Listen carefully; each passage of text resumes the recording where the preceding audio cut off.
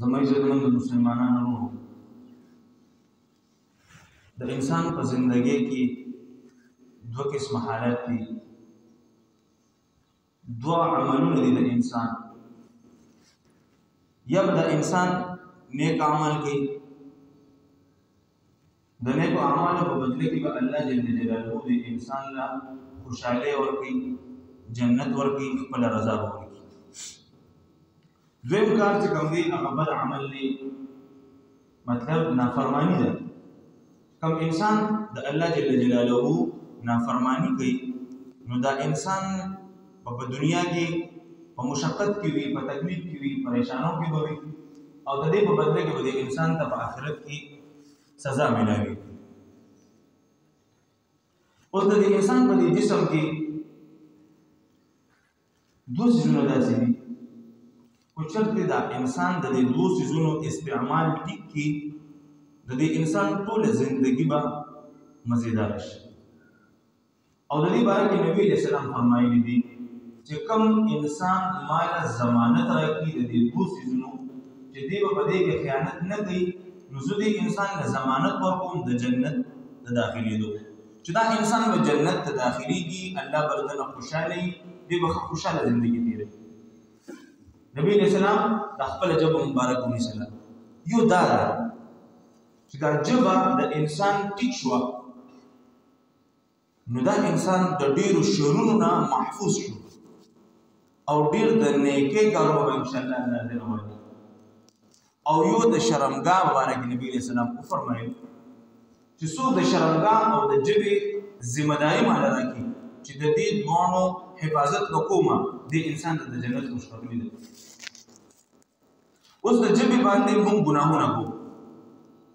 درې غټ ګناهونه داسې دي چې هغه د ژبې د وجې نه دي لومبي د ژبې ګناه دا ده چې موږ دروغ وایو او الله قرآن کې فرمایي الا لعنة الله علی الکاذبین په دروغجن سړي باندې د الله پاک لعنت ورېږي لعنت معنا څه شوه لعنت معنا دا ده چې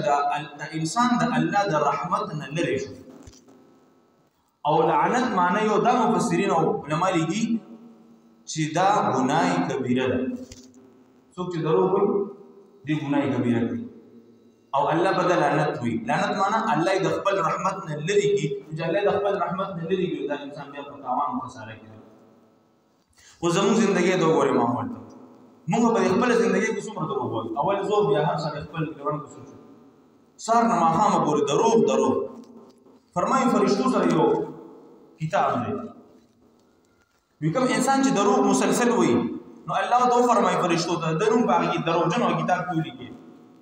او دی بیا د دروغجن په نوم باندې په اسمان کې یادېږي هغه کس چې دروغجن دی او دروغ وایي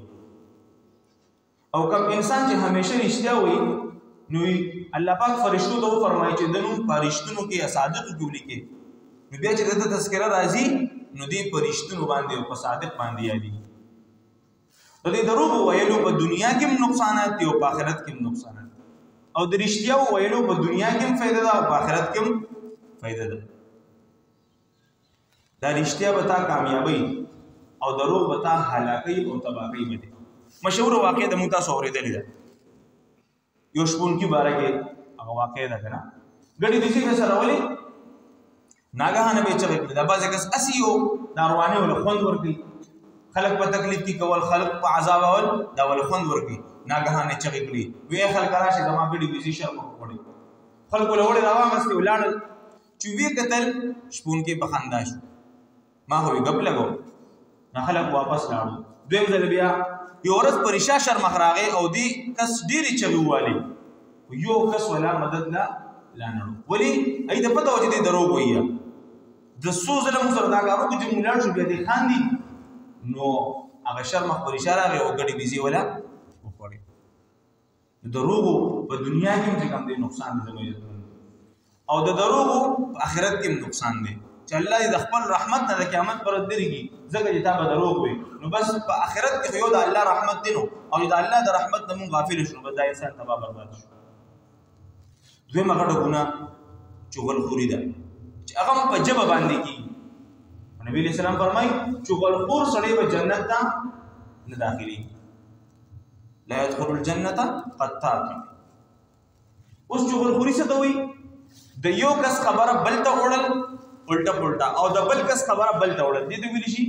چغلخوري. څومره زموږ د معاشري نظام چې اکثر ګډوډ شوی دی د چغلخورۍ د وجې نه، چې خبرې موږ وړو او شیطان خو ډېر ظالم دی، زموږ دشمن دی، او موږ په دې خبره باندې اماده کوي چې دا دوه ملګري، دا دوه وروڼه، دا دوه دوستان دا د یو بل نه لرې کړي. امام غزالي صاحب یو کتاب کې لیکلي دي،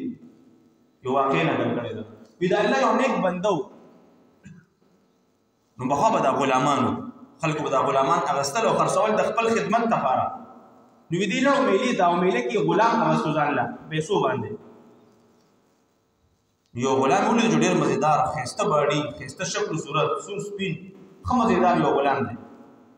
مالک ته وایي دا غلام ما باندې خرڅې هغه دي، او په څو باندې؟ په دومره پیسو باندې خرڅو. نو په خوا ترتیب دا اوس هم پکار دی، خو موږ خیر دا وایو نه، خو دا ډېر ضروري خبره ده چې په خپل څیز کې عیب بیانول دا ضروري دي. یو څیز زه خرڅوم، زه د هغې صفات خو بیانوم، خو آیا په دې کې چې کم کمي دي نو دا ما بیان کړو که نه؟ نو دا کمی بیانول دا ډېره ضروري ده، او دا ډېره اهمه مسله ده. بھئی دا څیز زه خرڅوم او دا زه په 100 روپۍ خرڅوم، خو په دې کې دا صفات دي، ډېر ښکلی اواز کوي، یا دې دا کوي، دې دا کوي، خو دا یو کمی پکې دا هم دی چې دوی کې دا پلانکي چلوم دی،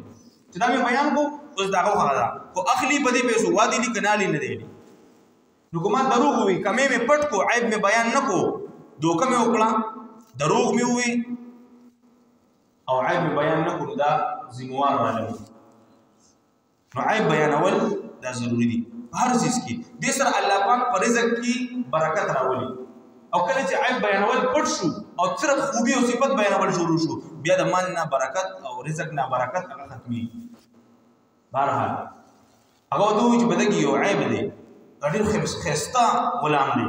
د خدمت تابعدار دی، خدمت ښه ټیټ کوي، په نیمه شپې راپاسه واسه خدمت بدله کوي، د مخ کار نه مخ نه اړوي، ښه طاقتور دی، ښه تابعدار دی، هر یو صفت پکې موجود دی، خو یو عیب پکې دی. غوث صاحب دی پکې دې چغلخور دی،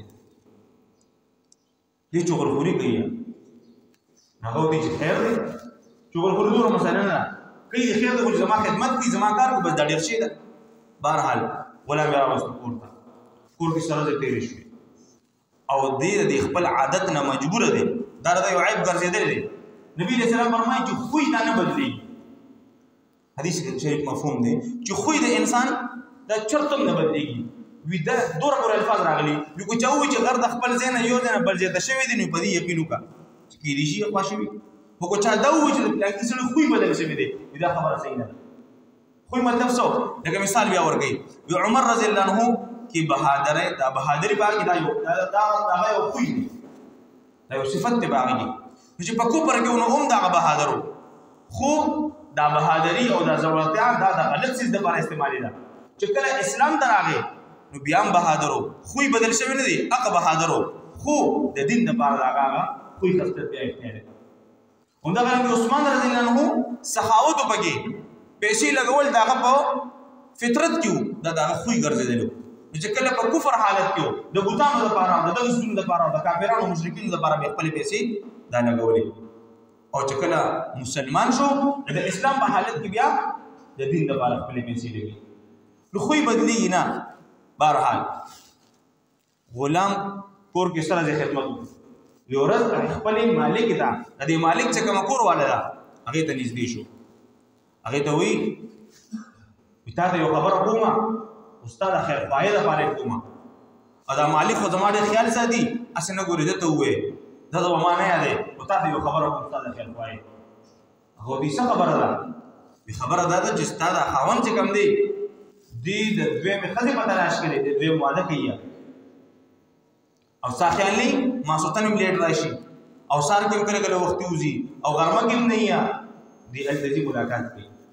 دا یو خبره هغې له ذهن کې واچوله، او د انسان فطرت دا دی چې ده ته کله تا یو خبره وکړه نو دی بیا په هغې کې سوچ فکر کوي، نو ده ته بیا هسې کمې او غیبونه ښکاري.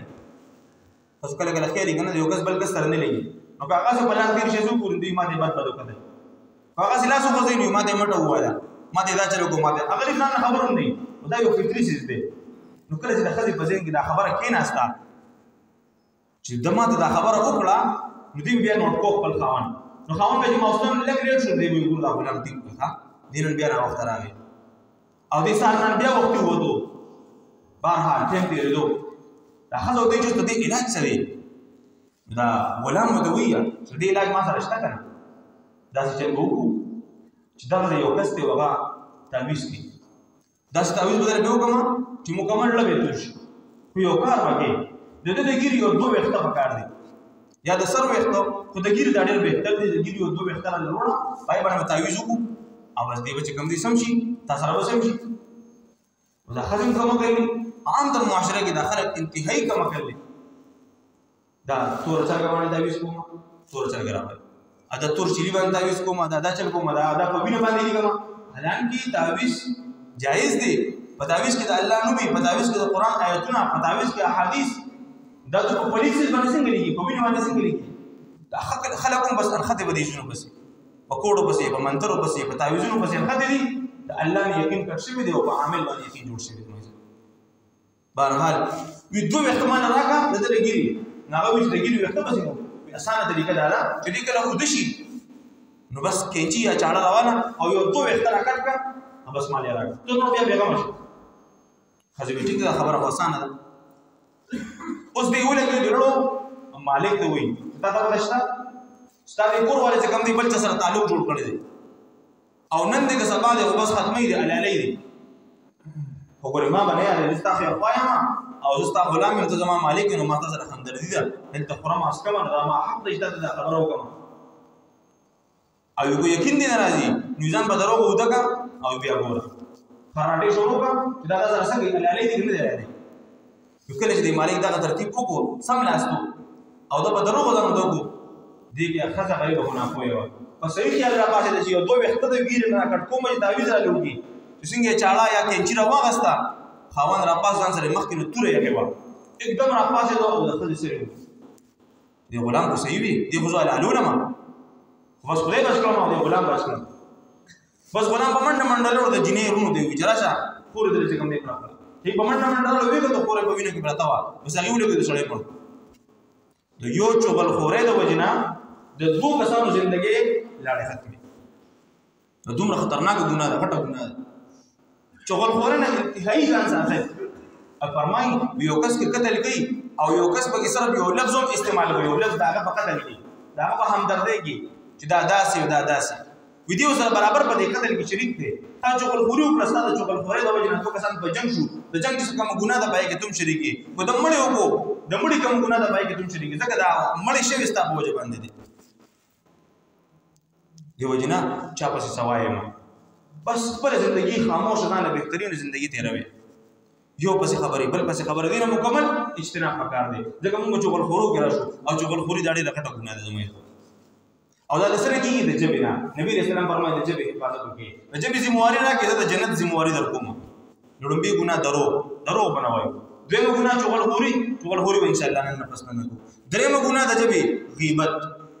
یو بل پسې خبرې کوي یو کس نشته او هغه پسې تو خبرې کوي او هغه کې کار نشته او ته پسې خبرې کوي دا غیبت دی نه غلط شو هغه کې هغه کار شته او ته پسې خبرې کوي یو کس یو غلط کار کوي یو ګناه کوي او توراله دته بل کس دی چې ګور پلان کې خدا سي چل کې نو دا غیبت وکړو او چې په هغه کې هغه کار نو وتا وو دا غیبت نه دی دا بهتان دی دا غیبت هم سخت ګناه ده او حدیث کې نبی رسول الله فرمایي الغیبت اشد من الزنا غیبت دا د زنا نه سخت ګناه ده نه سبا مسله دا ده چې کوم د مون ګناه وایو هغه ګناه ده مونږ وایي زنا کول دا ګناه ده اوس زنا وکي یا مونږ ورو توبه او استغفار بس اكو چانه زنا وشي نو هم په دې پیمانه به رسو توبه وباسي دا غیبت داسې یو ګناه ګرځېدلې ده چې دې سره زه ګناه ویم نه زه جمعه کې نازم صف کې کینم ملګری سره او بس غیبت شروع کوم نو په دې جمعه کې څوک زنا کوي موږ بس وایو دا دې ښه کار کوي موږ ټول حدیث کوي دې چې څوک موږ وی وځي په جمعه کې د زنا کې نو حالان کې دا غیبت د زنا نه سخت ګناه ده موږ کوو او دې د ګناه وایو نو دا ډېره خطرناکه خبره ده چې کومي ګناه د سو ګناه نه وي بلې توبه او استغفار نه باسي چې توبه او استغفار نه دا د هلاکت ذریعہ وګرځي یو زمانه کې یو خو بدا زنانه وینالي بدا غسل طریقه په ورته نو زنانه به لامبولې به غسل ور یو خدمتګار یو زنانه وفات شو چې کله زنانه وفات شوه دی ورله غسل ورکو نور زنانه مو لاړې دي غسل یې ورکو دې یو خبره وکړه وی کله چې وی لازم داسې وخو او وی دوا ورته وکړه الله دې وبخي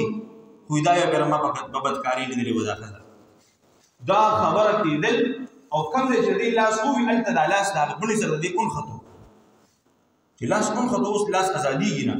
سړي راغلو جنازې ټایم پوره دې کټ راکوی هغه وی غسل نه دی شوي غسل څنګه نه شي بلا ټایم وشو هغه وی دغسې مسله ده کومې زنانې چې غسل ورکو هغې لاس هغه مړي سره نښتې دي دا واقعه امام مالک صاحب لیکلي په خپل کتاب کې امام الموطا کې دا د حدیث غټ کتاب دی اخري درجو کې پڑھاوي دا په هغې کې دا خبره موجود ده نو وی لاس انښتې اوس په دې سره څه کوو استغفار او دواګانې ختمونه ځان یې خلکو ړس تړی کړو 3 ورځې مړی پروت و 3 ورځې او مړي نه بوی روان شو خلک پریشانه شو څوک وو خلکو وایي د ښځې دا لاس کټ کې په دې ځای کې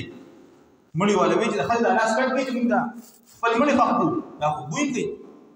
هغې وایي چې ښه هغې خدمتګاره والا خلکو وایي چې دا خو موږ خدمت ته درلېږلې وه تاسو ته د مړي نه چې کوم دی غوښه کټ کې د لاس پر آزاد شي دا خبرې اترې کېدې په دې کې امام مالک صاحب ته پته ولګېده امام مالک صاحب دغه ټایم کې د مدینې منورې قاضي و امام مالک صاحب قاضي و هغه ته خبر هغه راغی زنانه دې پردو شوه زنانه سره خبرې کوي وایي ستا نه څه ګناه نه ده شوې هغه وایي چې ما نه څه ګناه نه ده شوې وایي تاسو د مړي لامبو ده زنانه دې لامبو ده دې ټایم کې داسې خبره ونه ده کړې وایي چې ما یو خبره وکړه وایي څه خبره دې کړې وایي ما دا ووایي چې الله دې وبخي خو ما دا یو بیا په بدکارۍ لیدلې وه امام مالک صاحب تپوس کې دا تا په بدکارۍ لیدلې وه تا سره څلور ګواهان شته وینې څلور ګواهان نشته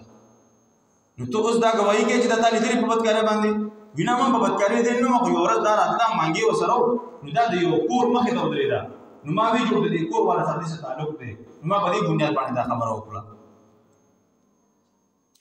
ته دې دومره معمولي خبرې اوس امام مالک صاحب څه وایي تا تهمت لګولې بهتان او د بهتان فجلدوهم 80 جلده اتیا کوړې به ورته موږ وکړو د دې حل دا دی قرآن کې الله وایي چې تهمت ولګو اتیا کوړې به ورته ملوي بس ولګې نو کوړې وکړي چې څنګه اتیایمه کوړې ووهلې لاس آزاد شو دا عموما نه کېږي خو کله کله الله پاک خپل قدرت ښیي ګورې دا د غیبت او د تهمت هغه اثر چې په چا باندې تهمت لګول د چا غیبت کول چا پسې خبرې کول دا انتهایي سخت او عظیمه ګناه ده دې وجې نه هېچا پسې خبرې مه کوئ هغه جنګدي دی او که مړي دي نبي علیه السلام فرمایي په خپلو مړو پسې هم تاسو ښه وایئ بد مه وایئ څوک وفات شو هغه د الله معامله ده ډېر خلک داسې بس وي الله دې وبخي خو وي داسې چل به کړو اوس الله دې وبخي ماته دوا کې کوم په هغه باندې طرز کې د دې خبرې سره ستاسو تعلق داسې ویل نه دي پکار ځکه یو صحابي نبي علیه السلام ته راغی نبي علیه السلام سره کېناست یا رسول الله ما نه ګناه شوې ده ما پاک کړه نبي علیه السلام دې مخ واړو دې غاړې ته راغی یا رسول الله ما نه ګناه شوې ده بهرحال تصدیق وکړو هغه یو ګناه شوې ده صحابو دې ورشه دې پاک کې संसार کې وکړي چې هغه संसाرو د مرګ ډېر زیات تریخ دی د مرګ څومره زیات تکلیف ورکوي نو چې دې ډېر زیات په اکاونټ ویشتو باندې تنګ شو نو د منډه کړه چې منډه یې کړله عمر رضی الله عنه سره د اوښ جامه دا ډېره درنې وي په هغې باندې د دې وویشتو چې د هغې وزې زخمي شو د هغې نه وینه راغله او د عمر رضی الله په کپړو لګېده عمر رضی الله عنه ته خیرې وکړې تا دې خدای داسې کوي که تا دا چل نه وی کړو نو موږ باندې به دا وینه نه لګېده کله چې صحابه واپس راغلل نبي صلی الله علیه وسلم څه چلو وکړو وشو